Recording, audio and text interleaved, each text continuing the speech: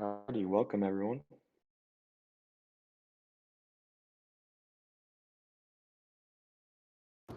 Hey guys, thanks for joining us. Hey Just guys, give it Wally. another. Happy We'll just Friday. give it another second. Oh, sorry, Wally. Just give it another second to give people a chance to pop in, and then we'll do some hellos.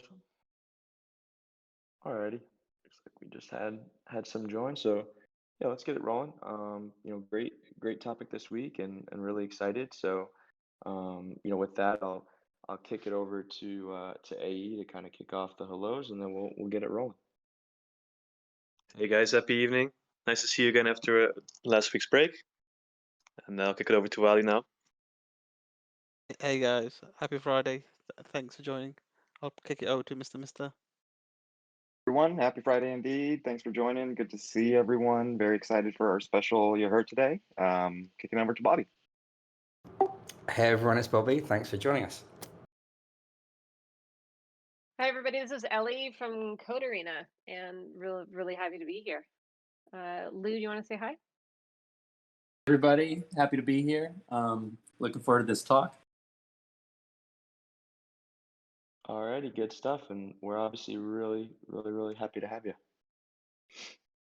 All right, so with that, want to just kind of set the stage a little bit, explain, what the motivation was for today, and get into a little bit why yAxis is kind of going with C4, and then kind of kick it over to them and let Ellie and Lou kind of do their thing, and as they're best equipped to explain their value proposition and process. So, kind of to kick things off, the main reason we wanted to have this conversation this week was to kind of further inform the yAxis community about C4, provide some greater detail on the process, and sort of highlight some of the differences between C4's process and a traditional audit, answer some community questions as well, and give you guys more transparent process, and also just to better understand the value proposition that this will all bring for yAxis.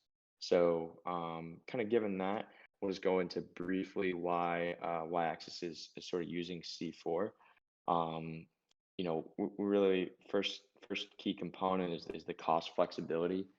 Basically, it's kind of on yAxis to set the costs ourselves. So that's the nice part of it is each project's able to set a cost that fits their time and need and the specific situation, and they're halfway on the development process, and whether it's a major protocol change, or maybe in the future if we have a smaller chain, that kind of cost flexibility and can allocate a cost that fits the need. And it's also market based, so it's if you put a good enough number up there, you're gonna probably get some more people interested. So rather than an audit, which is just like a fee that you have to pay, and and that's it. So there's very little kind of wiggle room there. We also really like the time flexibility. That's one of the biggest value props of C4 is sort of a shorter time horizon as well. And again, just the incentive structure is really good, where opposed to audits where we had audits in the past where they didn't really find a whole lot, and so you're not really required. The auditor's not really required to find anything. It's just a flat fee, and then it happens. So having it be more incentives for findings is really a key value proposition as well.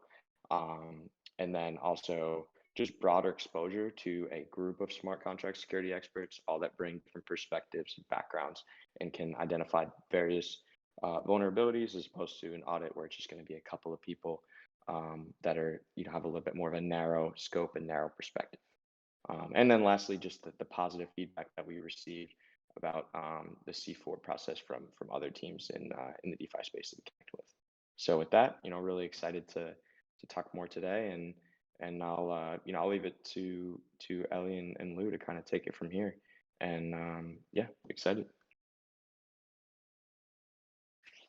Awesome. Well, thank you for giving a very favorable and thorough overview of Code Arena. That's really nice to hear all of that stuff. So maybe I'll just start by giving a little background about Code Arena. We're not on everybody's radar yet, so I think it's probably helpful just to like say who we are, where we came from, what we're up to, and kind of how we're different from maybe other types of audits that you might be more familiar with, like a traditional auditing firm or like bug bounty programs. So, and I'll maybe also just say like if people have questions during the call, I'm happy to field those in the text channel as well. And Lou, I think, is on hand. We'll try to like pop links into things if they're just like she's available for that kind of thing. But anyway, so Code Arena started, I think we launched in February, and as a project that was cooked up by Scott Lewis and Zach Cole. And they're pretty expert in the security, the kind of Ethereum and security worlds. And they kind of saw that there was a gap in the marketplace where there was this huge wait time situation for traditional audits, where the demand was so much higher than the supply. And meanwhile, there were lots of, freelance security researchers out there, but, trying to track them down and get a hold of them and kind of get them committed to something was also very challenging. So they came up with this contest model, to kind of just align the incentives for everybody, right? So it was like, how could we do a better job for the projects that want an audit, the security researchers who want to, generally like get they want to learn new things, b they want to make the most money per hour that they can doing their work, uh, and c they're kind of motivated sometimes by competition and like the idea of like seeing how they how they rank against other researchers. So there was that, so how can we meet the needs of the researcher community, um, and maybe there's some incentive along the way for an organization as well to be kind of building a business on this. So essentially what Code Arena does is we provide the infrastructure, the kind of contest infrastructure and the organizational infrastructure for code audit contests that run for about a week, specifically for dApps and in the DeFi space. And we bring together the folks that we call sponsors, which are projects like yAxis, that want to sponsor a contest and get researchers looking at their code. And we bring those folks together with the security researchers, who we call wardens, because they're protecting the DeFi ecosystem. So we think of them as wardens, and they're hunting exploits and finding those vulnerabilities. So the contests typically run 1 to 2 weeks. Most of them are 1 week contests. And the whole idea is kind of use a swarm approach where we get the maximum number of eyes on the code in the shortest possible period of time, and try to get the best coverage that way. Obviously, there's a balance to be struck where if it's like a lot of code and a lot of nuance and detail, then we tend to stretch it into a slightly longer contest because it'll take the researchers longer to kind of wrap their heads around the whole code base. But most of them are 1 week contests. And they have 1 week to review the code base, submit findings. After the contest closes, the sponsors get sort of first dibs to look at the findings that were submitted.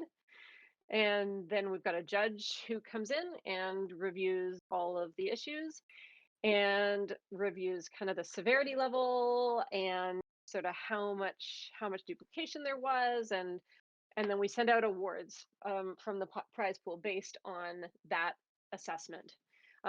And while the judging is happening, usually the sponsors are like mitigating the issues and all of that stuff. And then at the end of the whole process, we generate a report and we publish that openly. And that way it's a learning opportunity for everybody. So, the idea is you are getting the most number of eyes on your code. You're getting as many findings as we can produce in the shortest period of time for a fixed cost. And at the end of the day, it's all pretty transparent, and everyone in the community benefits, really, because you're all getting to learn along the way. Every other project can read the report if they want to and learn how they can better protect their code in future. Your developers can learn from it and apply that learning in future. Sometimes we also run follow-up contests on the mitigations if they're extensive enough that you want to do that. That's kind of the long and the short of it. It's like, hopefully I kind of threaded the needle in terms of like how much detail to provide up front. I did post a link yesterday in the You Heard Week 20 text channel, just for people who wanted to like read the real nuts and bolts of like how the judging and awarding calculations get done. Because if you're interested in being a warden and participating, I'm sure that'll be a driver. So feel free to dig into that, and so happy to answer follow-up questions on that front. But I think for now I'll just leave it at that higher level in terms of how the process works. And as far as the yAxis contest, so it is underway. It kicked off a little under 48 hours ago. There's still like more than 5 days to get involved. You'll find that wardens participate at different levels. So there's some people who are like, I can maybe budget a few hours for this, and so they'll come in and they'll put a few hours in and see what they can find. Some people will give their whole weekend to it. For some people, it's essentially their full-time job is to take part in C4 contests, which is awesome. And if you go to our Twitter, you'll see some of the earnings for the wardens have been pretty significant. So for more and more of them, it's a pretty significant revenue stream, which we're really excited about and proud to be contributing to. But you should definitely not be put off by the fact the contest is underway. If you are interested in security and you want to try your hand at it, we really welcome all comers. And I'm a big believer. I was saying to some of the yAxis team before the call started that there's a great talk by Sebastian Benescu from a few weeks back where he was just talking about the lessons he's learned from doing over 300 audits, and one of his top takeaways is that the more eyes you get on the code, the more issues you're going to find. The more auditors you have, the more issues you'll catch, and ultimately the more secure we believe the project is. So that's part of what we're doing, and ultimately our biggest motivation is like help the whole ecosystem become more secure. Yeah, it's really great, Ellie, and we definitely agree with you. It's such a nice modern way of doing smart contract security. It's so vital to DeFi at the moment, and we've seen the fallouts of leaving any gaps in your code, and of course that's something to avoid. We've always looked for audits in all of our different releases for our different products, and it's something that we're again doing at the end of this month. But for us, like, the purpose of the audit isn't just that certificate, which is kind of what it's become. So we actually want to find issues. We want a chance to learn as well and to maybe gain experience that we can take forward with us. See, having like an audit certificate isn't actually a guarantee of security, and we see many audited products still suffering from exploits. So the actual certificate has almost become the product rather than the review itself, and it's being used as a marketing tool just to reassure kind of users. So like I think Colton mentioned it earlier, we've had mixed results from our prior audits on V1 and V2, and I think it's just like an issue of incentives. Like we have to end up paying out the money essentially whether or not they find anything, like regardless of the outcome. And so because, like we were saying earlier before the call started, audit firms are totally inundated, they're swamped with customers, and so as a business their incentive is just to turn around these audits as quickly as possible with no responsibility or liability on the quality of it. Like the other approach that we were trying before is through bug bounties, and we've had bug bounties open with Immunify since the start of the year, since January. And to be fair, we found a couple of bugs through them and we've rewarded them too, which has been cool. But then the other side of that is that the issue with the bug bounty is that we've seen recently some white hats actually first exploit the code when they find something and then try to negotiate a higher bounty for it. which is not really cool. So it's not really the intention of it. So what we really loved about C4 Code Arena is that they kind of walk the line between a traditional audit and a bug bounty. It's definitely a more modern way of doing things, and we think they get the incentives right. And so we hope that it really gets the best results over this week. Yeah, I mean that's definitely what we're all about is really that incentive alignment. And as far as like just to get back to the traditional audits, one of the things that I've heard from talking to the researchers that compete in C4 contests and that are, up there on our leaderboard, they're like, listen, I can I can make more money doing this than I can working for a traditional audit firm, right? And so why wouldn't I give preference to this? And I don't have to deal with any of the overhead. I don't have to deal with like an angry client who's mad that I found a vulnerability. I don't have to attend a whole bunch of meetings that I shouldn't be invited to, like, and I get to control my schedule. And, like, so for them, it's like, a way better offer, um it's a much preferable proposition. And I think that you also hinted at like the the other kind of key thing about C4, which is like it's not for everyone, because it's not for projects that aren't willing to like really open the kimono and show and like disclose the vulnerabilities that were found, which does take a lot of courage, right? Like it's not, and I'm not like, I'm not ragging on people who are like shy about doing that, because it's like it is a real vulnerable thing. So like, pardon the pun, it's not intentional, but like it's like it's an emotionally vulnerable and ego vulnerable thing to like to say, yeah, no, we really do want to find vulnerabilities, even if it makes us feel foolish, or even if it makes us kind of like embarrassed or whatever, because ultimately that's how we learn, right? So it's kind of like putting into practice, the thing we all were told in kindergarten, which is like the mistakes are how we learn, right? And how we grow. But it's like it's not easy to actually do that in public, in front of your user base, in front of your customers, and all of that stuff. So I really want to give props to you, because I think it is a brave thing to do. I mean, I believe it's the best way, and it sounds like you're sold on that too. But but it's like, I get why people avoid it and prefer that rubber stamp. But I am also a big believer that like the people who come to Code Arena are ultimately going to have more secure products as a result, um, because that's how we find loopholes. Yeah, it's interesting. It's like a personal thing, really, isn't it? Like someone giving you direct feedback on your work and saying like you made a mistake and kind of pointing it out in front of the whole world. And maybe that doesn't feel so good, as a developer.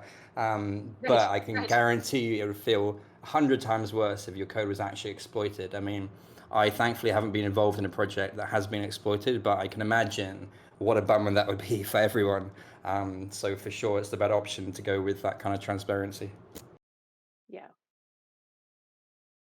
I think to draw a little parallel here, if you don't mind, it sounds like what C4 is doing for sort of the auditing space is sort of like what Web3 is doing to Web2, just in terms of attracting talent and kind of putting the power back in the hands of the kind of each individual contributor, and giving them, making sure the incentives are aligned to attract the talent, and making sure that they get direct benefit for their contributions, rather than an audit firm, which is very like it's very rigid in structure, and seems as though it's sort of going to suck away a lot of the talent from some of those audit firms if things continue to go in this direction. So obviously a bright future, and happy to have yAxis be a part of that.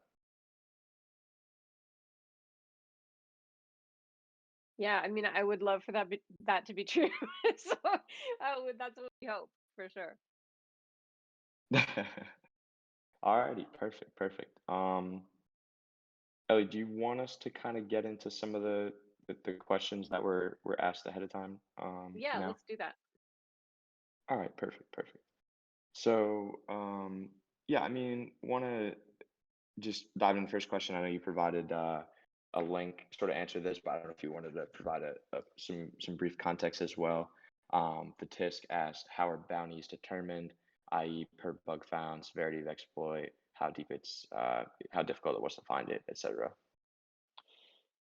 Yeah, we do the prizes are awarded, and Lou actually is more of an expert on this piece than I am. So Lou, please feel free to just jump in if you want to on this one. But I'll give it a shot. We do award based primarily on sort of risk level and number of bugs. So it's we basically, if you find a bug and it is judged by the judge and the sponsor to be a bug of the severity that you have marked it as, you will get a piece of the prize pool. So that's like thing number one to know, is that it's not like exactly a point system, where somebody could like kind of take the whole thing and run away with it.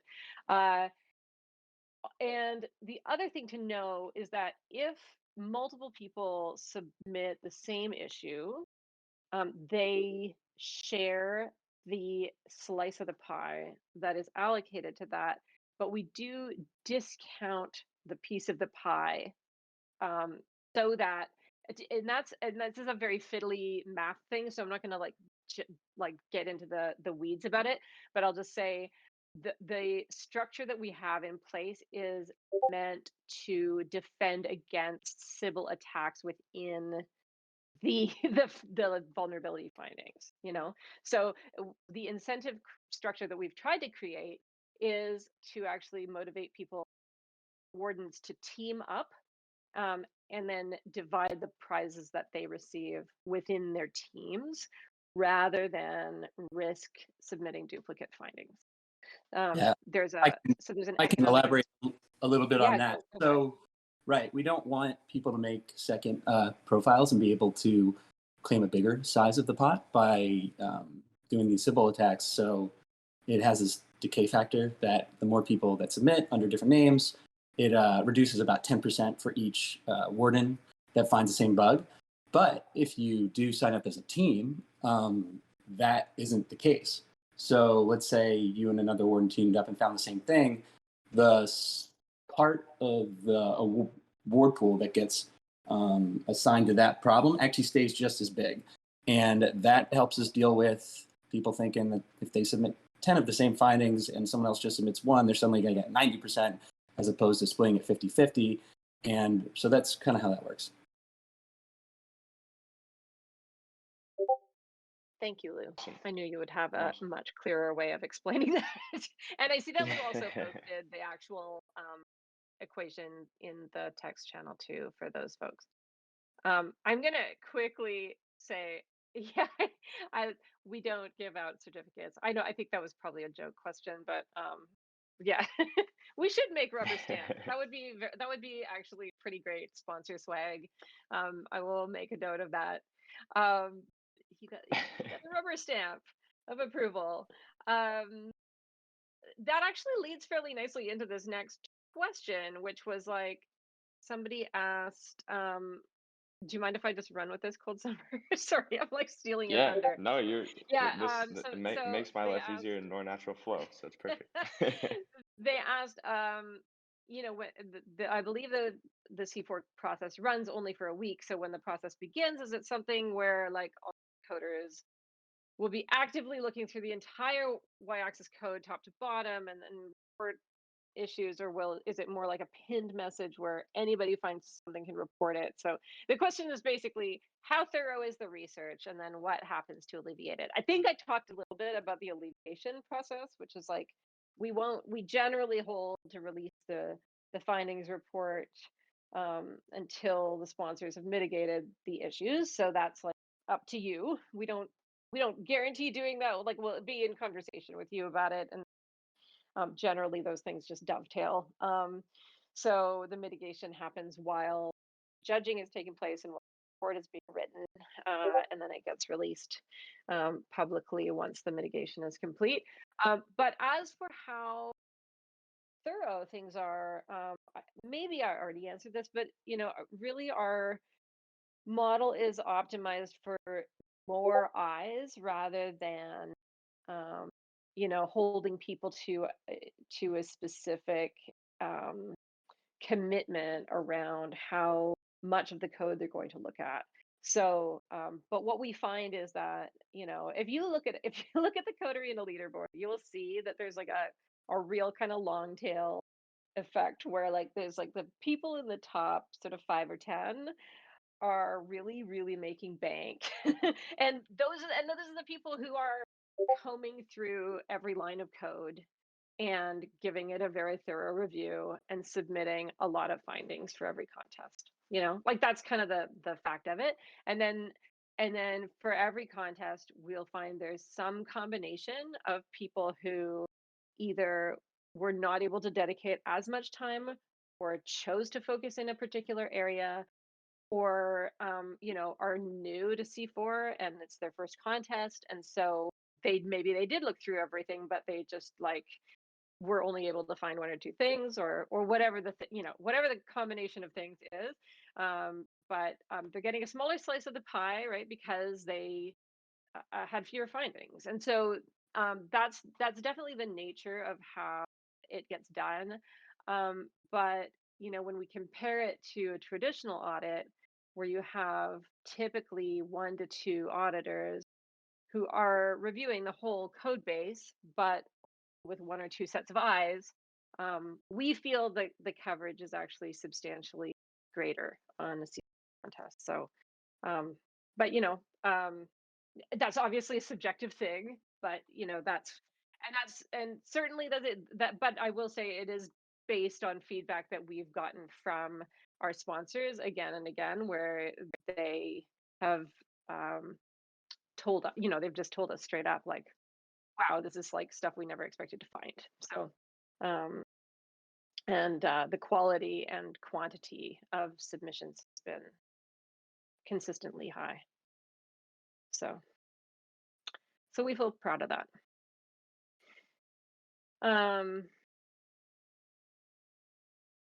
Oh, and one other thing I was going to touch on just was, I wanted to say that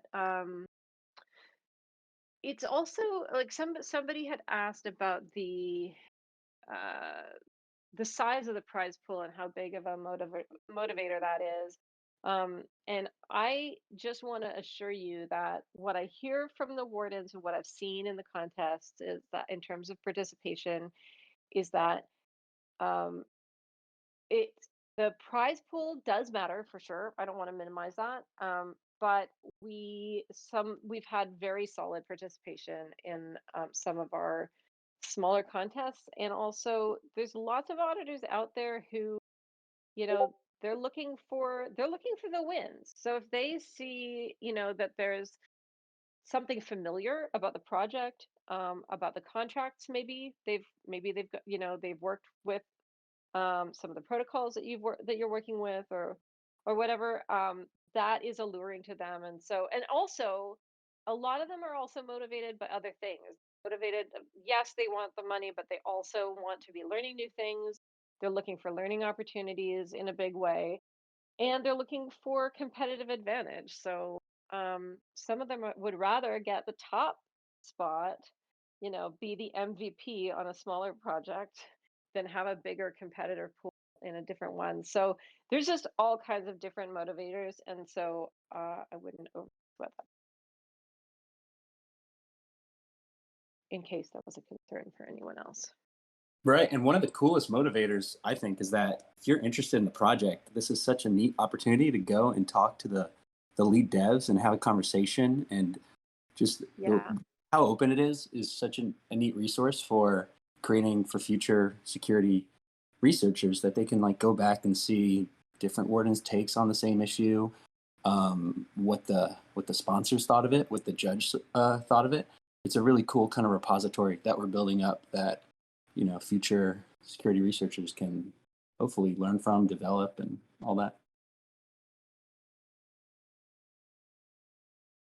I think you've done a great job with matching incentives there as well, kind of as we've as we've discussed, really seeing that hole in the market and really working to align those incentives.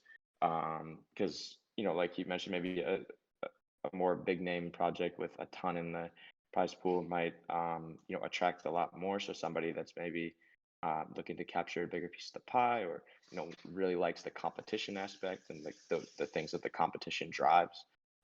So I think that having that competition component is really key and helps create better outcomes, whether you're big or small. Yeah, that's definitely what we hear. And I would echo what you said. I think somebody had asked um, how y-access can really maximize the value of investing in the contest. And I think that this ties in with what Lou was saying about access to the devs, and being able to ask questions about the code base and learning the code base. Like, that is something we do hear again and again from wardens as well as a motivator. And so they really like that aspect. That is part of what keeps them interested in doing this for a living, right? Is that they want to get better at security.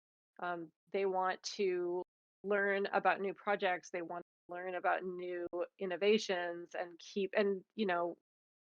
we've been really fortunate in that a lot of our sponsors are doing things that are really right at the cutting edge of DeFi, and that's exciting for them, right? So they want that. And so as far as like um, things that we recommend that our sponsors do to really get the most out of the contest, the number one is really just to open up those channels of communication with our contest wardens. And and you've done such an amazing job of, so kudos to your team on that. Like, you've been really promoting the contest beautifully. You've been really present in our Discord to let wardens know how they can reach you. And your documentation and your GitHub repo has been great. So, like, all of those things are actually things that we hear, that we find are the highest impact, as far as what wardens look for in order to get excited and get engaged in any given contest. So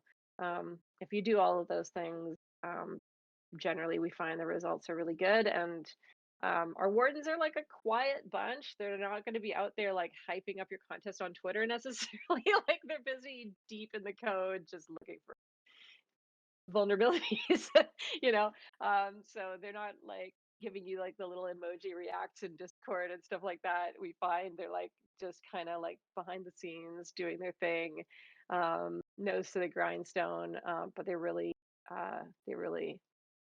give amazing results.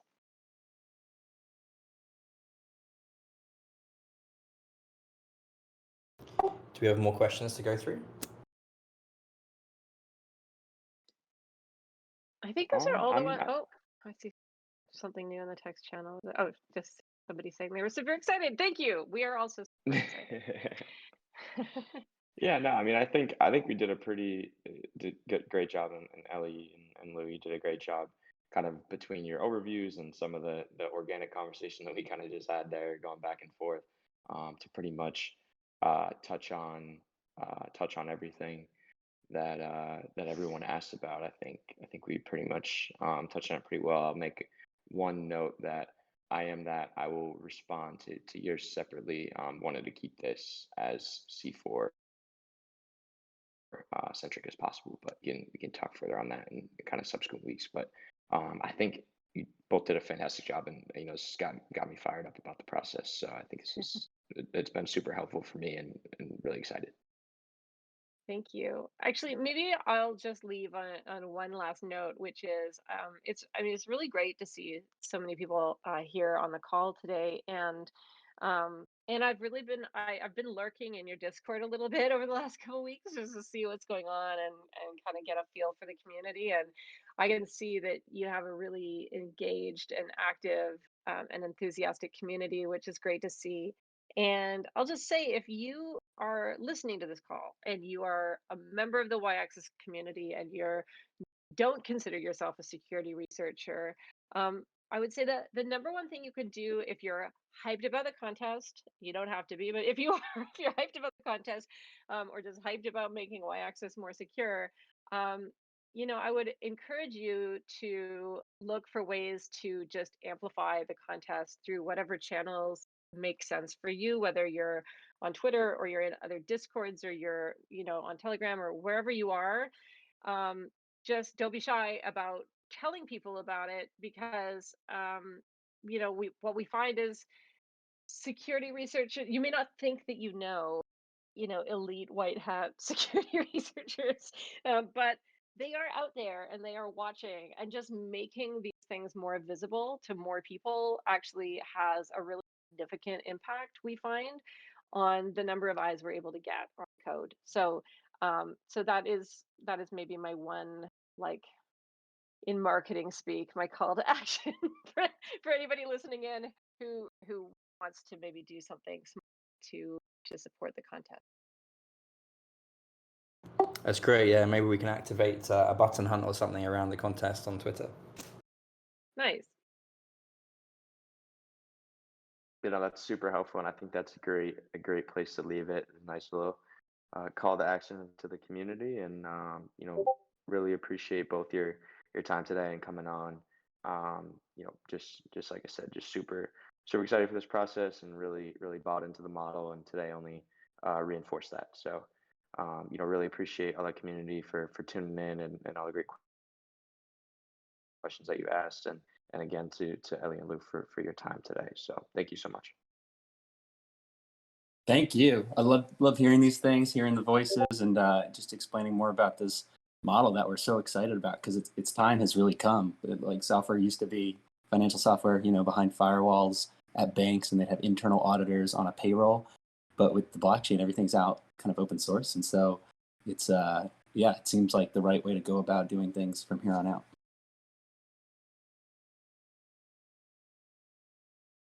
Completely agree. Thank you so much for having everyone. us. Sorry, Ellie, go ahead. No, I just said thanks so much for having us. It was great to be here. Thank you. Yeah, thanks for everyone. Thanks to C4 and Ellie and Lou, and thanks for tuning in. See you. Thank you. Thanks so much, everyone. guys. Thanks for tuning in, guys. See you next week.